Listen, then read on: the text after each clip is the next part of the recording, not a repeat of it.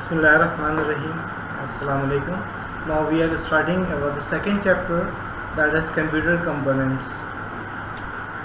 Computer components में basically हम लोग जो इस चैप्टर में पढ़ेंगे, सबसे पहले तो सेंट्रल प्रोसेसिंग यूनिट को पढ़ेंगे, फिर मेमोरी को पढ़ेंगे, इसके बाद बसेस पढ़ेंगे हम, और फिर पोर्ट्स को हम डिस्कस करेंगे। कंप्यूटर में बेसिकली हम लोगों ने स्टडी किया था लास्ट चैप्टर में, कंप्यूटर के 3 पार्ट्स होते हैं, input, processing unit and output. ये 3 चीज़ें मिलकर कंप्यूटर बनाती हैं। जो सबसे मेन इम्पॉर्टेंट पार्ट होता है कंप्यूटर का, वो होता है सेंट्रल प्रोसेसिंग यूनिट। इस चैप्टर में we will discuss how to central processing unit works.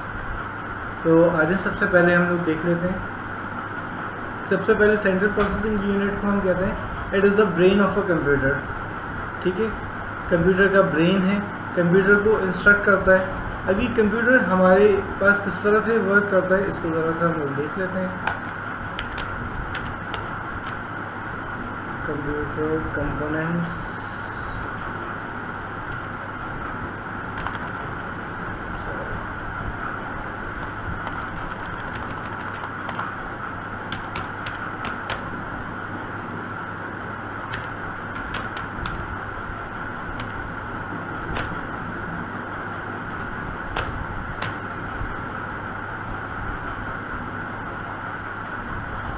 ठीक है, ये हमारा कंप्यूटर है।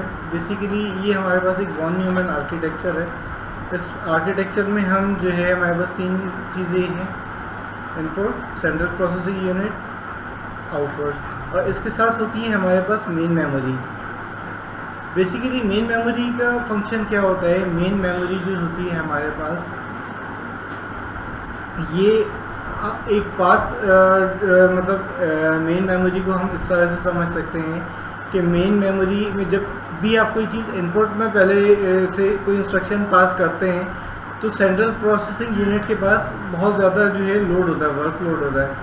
तो वो क्या करता है कि कहता है कि अभी थोड़ा सा वेट करो, मैं जो है आपको थोड़ी देर बाद एंटरटेन करूँगा। उस दौरान वो जो आपकी इंस्ट्रक्शन होती है वो मेन मेमोरी के अंदर रहती है। जब सेंट्रल प्रोसेसिंग यूनिट इसको अलाउ करेगा तो वो क्या करेगा, फिर उसको जो है वो इन करेगा, और इन करने के बाद फिर वो आपको जो है वो प्रोसेस करेगा, और प्रोसेस करने के बाद फिर वो आउटपुट को, डिज़ायर आउटपुट को भेज देगा। अब ये किस तरह से वर्क करता है, इसको ज़रा से हम लोग देख लेते हैं। सबसे पहले हमारे पास मदरबोर्ड आ गया। मदरबोर्ड के अंदर हमारे पास सेंट्रल प्रोसेसिंग यूनिट है। अब इस सेंट्रल प्रोसेसिंग यूनिट में एक हमारे पास कंट्रोल यूनिट है और एक हमारे पास मेमोरी यूनिट है। इसके साथ साथ एक और यूनिट होता है हमारे पास, जिसे मेमोरी यूनिट कहते हैं। इसको हम जो है रजिस्टर्स भी कहते हैं और कैश मेमोरी भी कहते हैं। ये सबसे फास्टेस्ट मेमोरी होती है कंप्यूटर की। आप जब भी कोई प्रोसेसर परचेज़ करने के लिए जाते हैं, तो जब हम कहते हैं कि कोर i5 चाहिए, कोर i7 चाहिए, ये कोर i3 चाहिए, या हमें सेलेरॉन चाहिए, तो बेसिकली अगर हम देखें तो प्रोसेसिंग स्पीड में बहुत ज़्यादा डिफरेंस नहीं होता, लेकिन कैश मेमोरी कोर i7 की ज़्यादा होगी, कोर i5 की जो है कोर i3 से ज़्यादा होगी, और कोर i3 की सेलेरॉन से ज़्यादा होगी। तो बेसिकली यही जो है स्पीड आपकी ये कैश मेमोरी बता रही होती है। ये कैश मेमोरी का फंक्शन क्या होता है कि जो भी आपकी इंस्ट्रक्शंस होती है, ये फ़ौरन उसको फ्रीक्वेंटली इसको जो है एग्जीक्यूट कर रही होती है। आपके सेंट्रल प्रोसेसिंग यूनिट के अंदर ही मेमोरी होती है। अच्छा, आगे चलते हैं। सबसे पहले क्या हुआ, अच्छा, इसके साथ अब हमारे पास मदरबोर्ड में जो दूसरा है डिवाइस, वो है प्राइमरी मेमोरी। इसको हम मेन मेमोरी भी कहते हैं। इसका फंक्शन क्या होता है कि ये जो है आपके पास इसमें 2 मेमोरीज होती हैं हमारे पास, एक रैम और दूसरी ROM. RAM means random access memory and ROM means read only memory. फिर हमारे पास कुछ इनपुट्स हैं, आउटपुट्स हैं, और सेकेंडरी स्टोरेज है। अच्छा, सेकेंडरी स्टोरेज को हम ऑक्सिलरी मेमोरी भी कहते हैं। अभी जो प्रीवियस हमने अगर देखी हो पिक्चर, उसमें जो है सेकेंडरी मेमोरी थी नहीं। असल में सेकेंडरी मेमोरी का प्रोसेस में कोई फ़र्क नहीं होता। बहुत से ऐसी हमारे पास डिवाइसेस होंगी जिसमें हमारे पास स्टोरेज नहीं होती, बगैर स्टोरेज के भी हमारा कंप्यूटर जो है डिफ़ाइन कर सकते हैं उसको। जैसे कि कैलकुलेटर है, कैलकुलेटर में आपके पास स्टोरेज नहीं होती, ठीक है। आपके पास जो स्टोरेजेस आपके मोबाइल फ़ोन्स में या जो आपके पर्सनल कंप्यूटर्स में होती है, तो इसीलिए हमने इसको सेकेंडरी रखा है कि इसकी अगर ये ना हो तो इसके बगैर भी आप काम कर सकते हैं। अच्छा, अब देखें कि होता क्या है, प्रोसेस किस तरह से रन करेगा। सबसे पहले जो है हमारे पास कंट्रोल यूनिट जो है अपना कंट्रोल जनरेट करेगा डिवाइसेस के साथ, ठीक है। अगर यहाँ पे आपने एक लीजेंड दिया हुआ तो इसमें जो है आपको 3 डिफरेंट कलर्स मैंने दिए हुए हैं।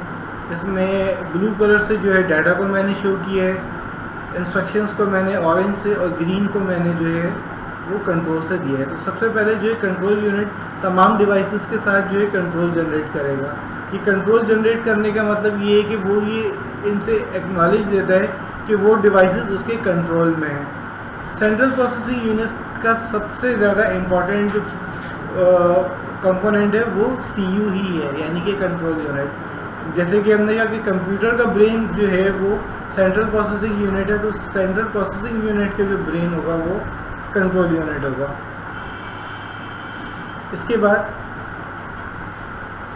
इनपुट जो है कोई इंस्ट्रक्शन पास करना चाह रहा है सेंट्रल प्रोसेसिंग यूनिट को, वो क्या करेगा, पहले आपके पास प्राइमरी मेमोरी को बताएगा कि मैं एक इंस्ट्रक्शन देने जा रहा हूँ, तो काइंडली मुझे अलाउ कीजिए। इसके बाद प्राइमरी मेमोरी जो है कंट्रोल यूनिट से पूछेगी कि क्या मैं इसको अलाउ कर दूँ।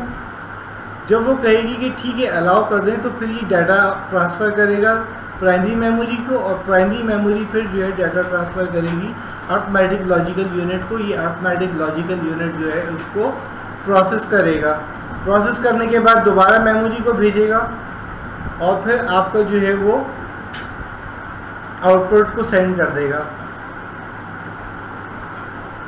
यहाँ तक तो हमारा जो है एक प्रोसेस कंप्लीट हो गया। इनपुट ने पहले इंस्ट्रक्शन भेजी, उसने इससे सेंट्रल प्रोसेसिंग यूनिट ने अलाउ किया, अलाउ करने के बाद उसने डाटा भेजा अर्थमेटिक लॉजिकल यूनिट में। वो जब प्रोसेस हुआ, जब उसकी बारी आई, तो उसने जो है फिर क्या किया, उसको आउटपुट को ट्रांसफ़र कर दिया। अब प्रोसेसेस बहुत ज़्यादा हैं, मेरे पास जगह नहीं है। अब मुझे जो अपनी इंस्ट्रक्शन भेजनी किसी भी इनपुट डिवाइस से कंप्यूटर को, तो अब क्या होगा कि अगर मेन मेमोरी के पास जगह नहीं है तो वो फिर सेकेंडरी स्टोरेज को इंस्ट्रक्शन भेजेगा। सेकेंडरी इंस्ट्रक्शन को स्टोरेज को सेंड करने के बाद वो पूछेगा कि क्या मैं जो है आपको इंस्ट्रक्शन भेज सकता हूँ थोड़ी देर के लिए, क्योंकि मेरे पास जगह मौजूद नहीं है। ऐसी मेमोरी को हम वर्चुअल मेमोरी भी कहते हैं। अब सेकेंडरी मेमोरी उसको कहेगी कि ठीक है आप भेज दें, तो अब वो क्या करेगा, फिर इसको प्राइमरी मेमोरी को जो है ऐसे डाटा जो है वो सेकेंडरी मेमोरी पे वो आ जाएगा, ताकि जो है अगर प्राइमरी मेमोरी के पास स्पेस जब ख़त्म हो जाएगी तो वो सेकेंडरी स्टोरेज से कहेगा कि मुझे जो है दोबारा वो इंस्ट्रक्शन सेंड कर दीजिए। अब इन दोनों का प्राइमरी मेमोरी का और सेकेंडरी मेमोरी का आपस में क्या कनेक्शन है। अब जब वो कहेगा कि एक्नॉलेज करेगा कि मेरे पास अब स्पेस है, तो सेकेंडरी मेमोरी स्टोरेज क्या करेगी कि वो उसको इंस्ट्रक्शन जो है आपके पास सेंड करेगी, और सेंड करने के बाद फिर जो है वो उसको फिर सेकेंडरी स्टोरेज उसको क्या करेगी, सेंड करने के बाद फिर वो दोबारा डाटा उसको देगी प्राइमरी मेमोरी को। प्राइमरी मेमोरी से दोबारा अर्थमेटिक लॉजिकल यूनिट में आएगा, और उसके बाद फिर वो जो है डाटा हमारे पास आउटपुट पे चले जाएगा। तो बेसिकली ये हमारा जो है सेंट्रल प्रोसेसिंग यूनिट का फंक्शन था कि किस तरह से सेंट्रल प्रोसेसिंग यूनिट वर्क करता है। तो फिर इसमें हम मज़ीद देखेंगे आगे चल के, इसके जो नेक्स्ट हैं कि इसके क्या फंक्शंस होते हैं और ये किस तरह से वर्क कर रहा होता है।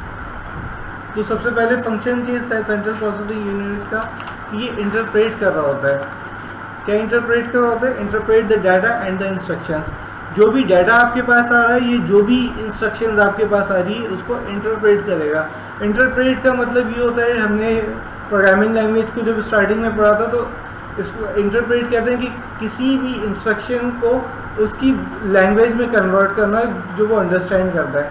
मिसाल के तौर पे हमारे पास जो इनपुट की जो लैंग्वेज है वो डिफरेंट होगी, सेंट्रल प्रोसेसिंग यूनिट की अलग है और आउटपुट की अलग है। तो बेसिकली इसका काम ये होता है कि वो उसकी इंस्ट्रक्शन को कन्वर्ट कर रहा होता है इनपुट की इंस्ट्रक्शन को किसकी इंस्ट्रक्शन में, आउटपुट की इंस्ट्रक्शन में, ताकि जो हमने इनपुट दिया था वो आउटपुट को शो हो जाए। दूसरा क्या है, जनरेट करता है कंट्रोल सिग्नल्स।